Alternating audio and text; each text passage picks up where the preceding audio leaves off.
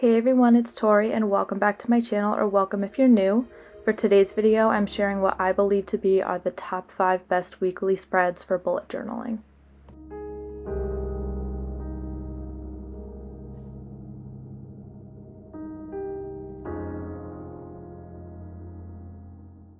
I'm breaking out my junk drawer bullet journal again, and I asked you all on my Instagram if you wanted to see my bullet journal stationery essentials or my top 5 weekly layouts this week.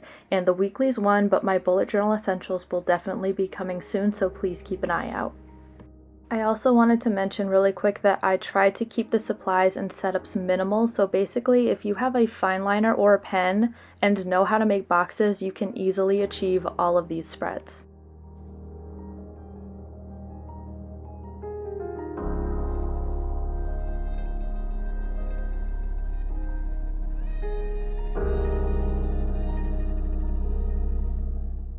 I first want to say that these are definitely my favorites and they may not be yours, and that's totally okay. We don't have to have the same opinion, I just wanted to share what works best for me personally.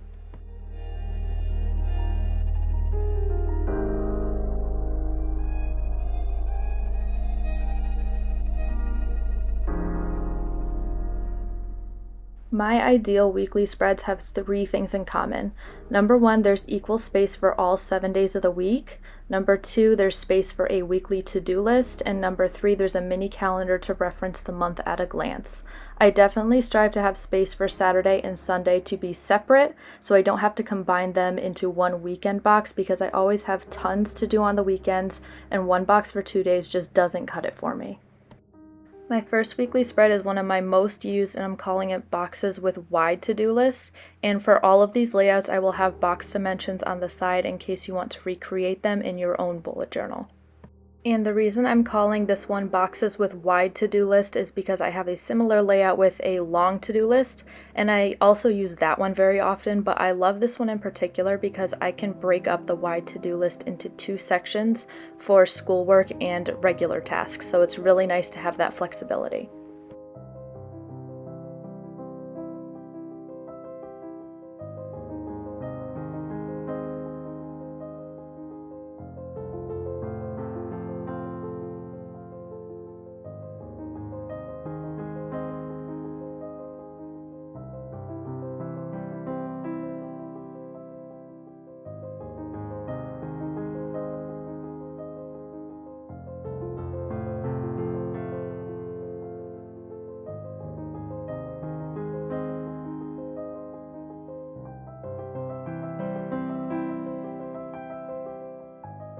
You also might notice that I'm just using my plain old handwriting instead of any type of cursive or fancy lettering to prove that you don't need expert calligraphy skills to create functional bullet journaling spreads.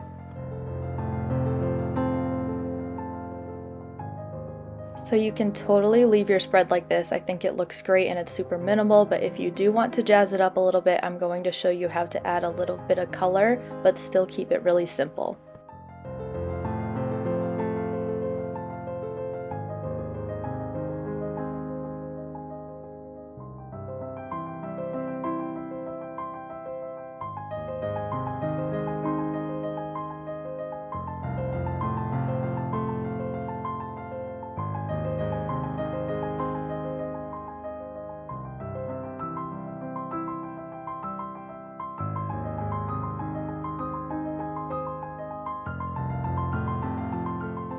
For every spread I do in this video, I leave extra space in case you want to add a quote or drawings or trackers or really anything else to make these spreads work for you. And I also share pictures of how I've used these spreads in the past to match my monthly themes, which you can see on my Instagram if you wanted to check more of them out.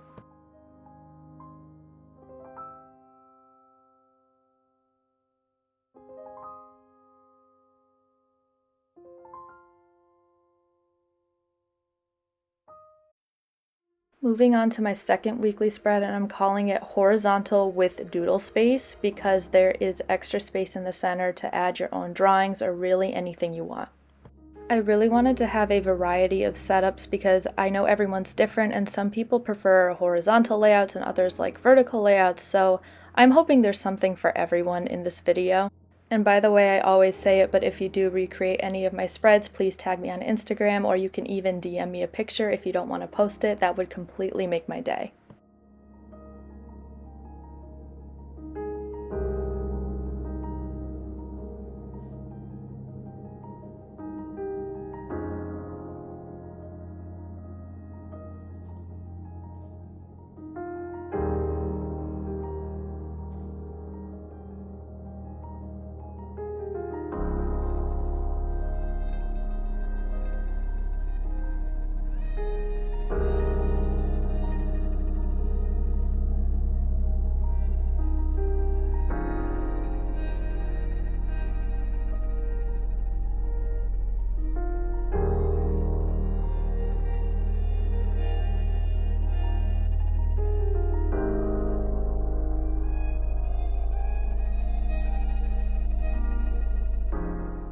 Moving on to my third weekly spread, which would be my go-to vertical layout, and I definitely want to keep experimenting with vertical layouts because they're some of my favorites to use.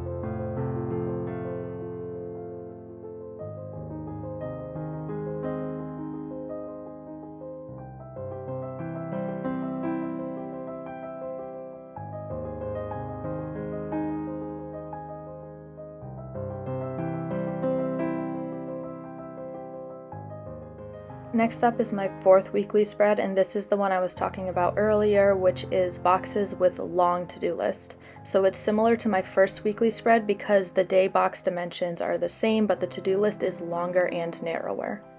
I also want to mention really quick that this one and the first one definitely took me the longest to complete, which was around 10 to 15 minutes, I think, each, and the others took me around 10 minutes exactly, or even under.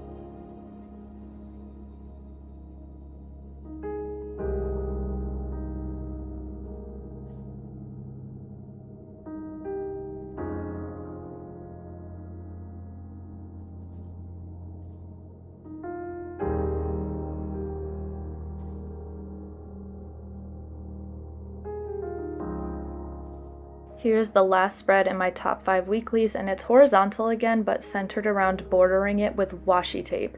I wanted to include this spread specifically for my mom because instead of doodling in her bullet journal, she always decks it out with washi tape, so this one's for you, Mama.